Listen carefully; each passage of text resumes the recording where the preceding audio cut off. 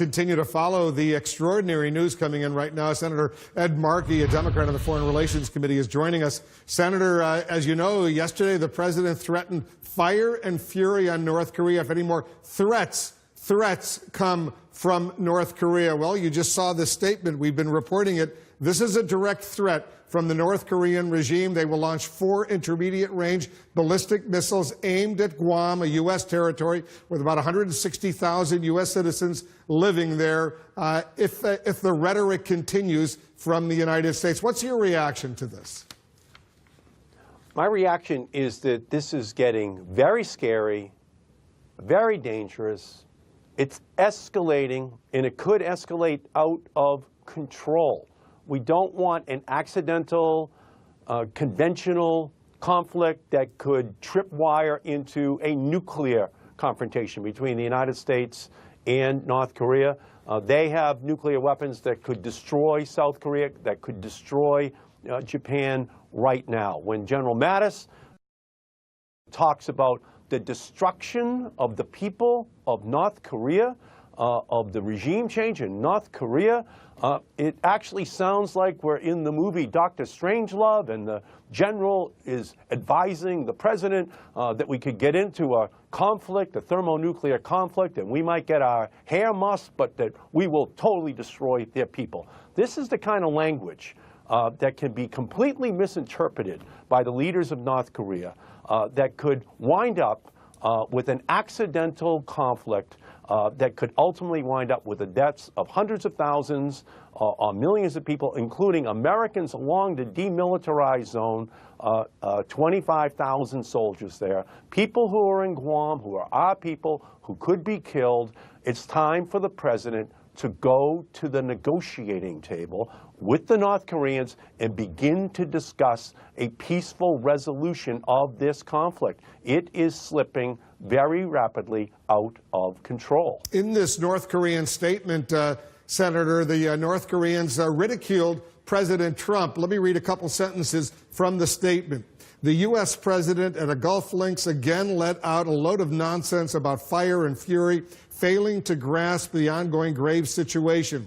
Statement adds, it seems that he has not yet understood the statement. Sound dialogue is not possible with such a guy, bereft of reason, and only absolute force can work on him. How do you think the president is going to respond when he's being ridiculed by the leadership of North Korea? Well, of course, our hope would be that he would respond the way President Kennedy did in the Cuban Missile Crisis and kept cool and calm and detached and tried to find a rational way out of the problem.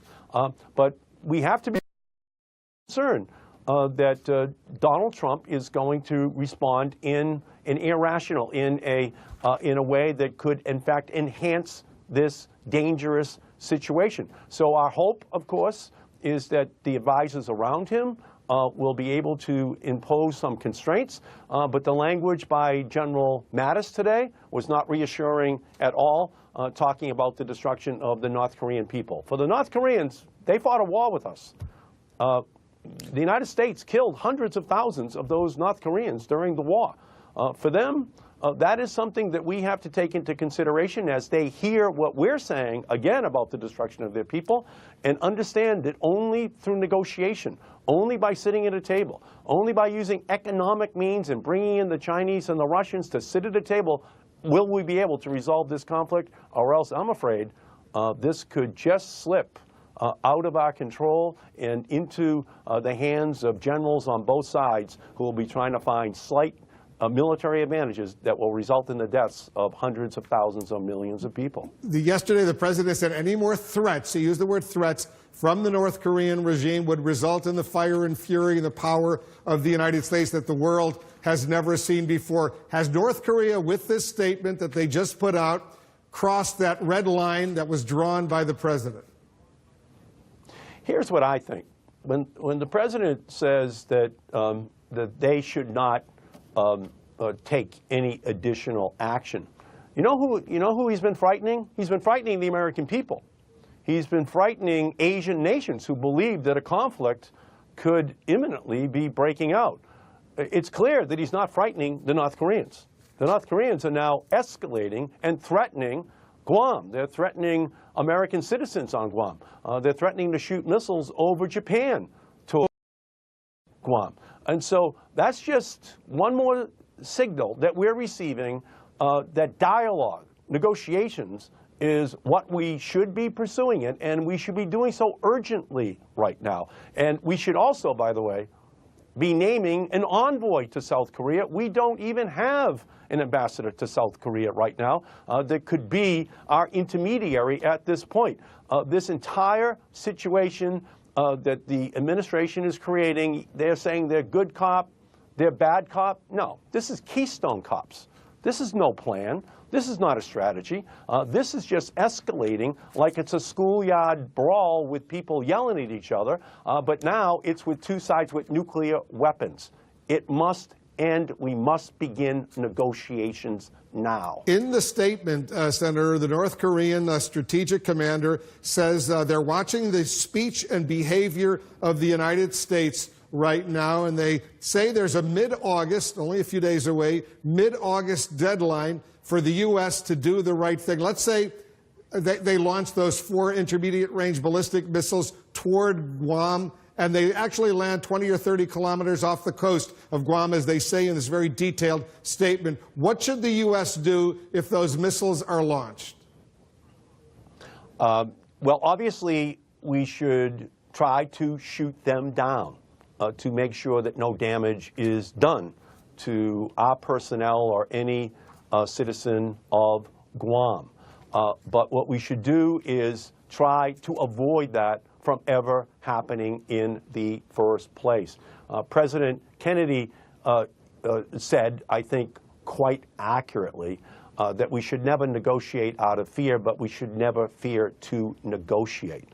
I hope and pray to God that it's not too late, but the president should change his tactic, move towards dialogue, allow for a negotiation to open up, send Secretary Tillerson to the negotiating table so that we can de-escalate the rhetoric and the possibility that military action could be commenced in the next several days. There is no military solution to this problem that does not result in catastrophe. And you can see if these 4 intermediate-range ballistic missiles are launched from North Korea, you can see they would fly over Japan towards Guam.